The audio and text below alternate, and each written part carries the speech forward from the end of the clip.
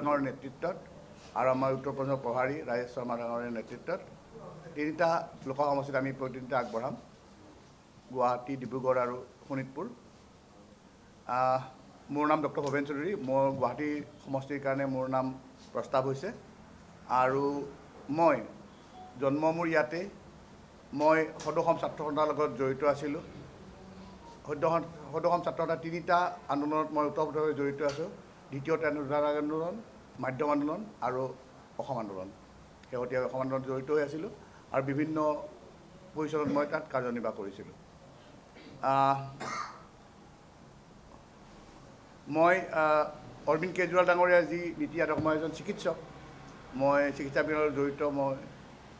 কিন্তু অৰবিন্দ কেজৰিৱালে যি এটা পৰিৱৰ্তিত ৰাজনীতিৰ কাম আৰম্ভ কৰিলে দিল্লীত তাৰ প্ৰতি আকৰ্ষিত হৈ মই আম আদমি পাৰ্টিৰ লগত জড়িত হৈ আছোঁ আৰু মই ডেফিনেটলি মই যি কাম কৰি আছোঁ অৰবিন্দ কেজৰিৱাল ডাঙৰীয়াই আৰু এতিয়া শেহতীয়াভাৱে ভগৱন্ত মান ডাঙৰীয়াই তেনেকুৱা ধৰণৰ কাম কাজ মই অসমত হোৱাটো বিচাৰোঁ কাৰণেই মই জড়িত হৈ আছোঁ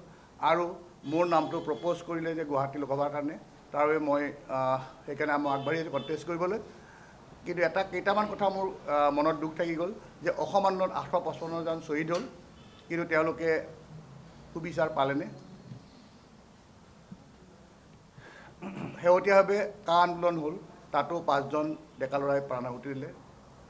সফল হ'লনে আজি মূল সমস্যা গুৱাহাটীত পানী নাই খাবলৈ কাষেদি ব্ৰহ্মপুত্ৰ নদী বৈ গৈ আছে আৰু বানপানী আৰু যি গৰাখহনীয়াৰ অৱস্থা গৰাখহনীয়া অকল অসমতে হয় বাকী ক'তো নহয় কোনো নদীতে নাই এই সমস্যাসমূহৰ দৃষ্টি আকৰ্ষণ আমি আজিলৈকে আমাৰ ৰাজনীতিবিদবিলাকে দিল্লীৰ আকৰ্ষিত কৰিব নোৱাৰিলে গতিকে এই গৰাখহনীয়াৰ ফলত যি অসুবিধাৰ সৃষ্টি হৈছে অসমত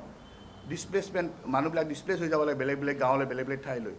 এই ডিছপ্লেচমেণ্টে বহুত অশান্তিৰ সৃষ্টি কৰিছে মিছআণ্ডাৰষ্টেণ্ডিঙৰ সৃষ্টি কৰিছে গাঁৱৰ মানুহবিলাকৰ মাজত গতিকে এই গোটেইখিনি সমস্যা লৈ আৰু বিভিন্ন ধৰণৰ সমস্যা আছে সমস্যাসমূহ লৈ আমি ডেফিনেটলি দিল্লীত সৰব হ'ম গতিকে মই আজি মই অনুৰোধ কৰিম অসম ৰাইজক আপোনালোকৰ জৰিয়তে যে আম আদমি পাৰ্টিক প্ৰথমবাৰৰ বাবে আৰু এবাৰৰ কাৰণে জাৰুৰ চিহ্নত ভোট দিয়ক আৰু আমাক দিল্লীত অসমৰ ৰাইজৰ মাত মাতিবলৈ সুবিধা কৰি দিয়ক ধন্যবাদ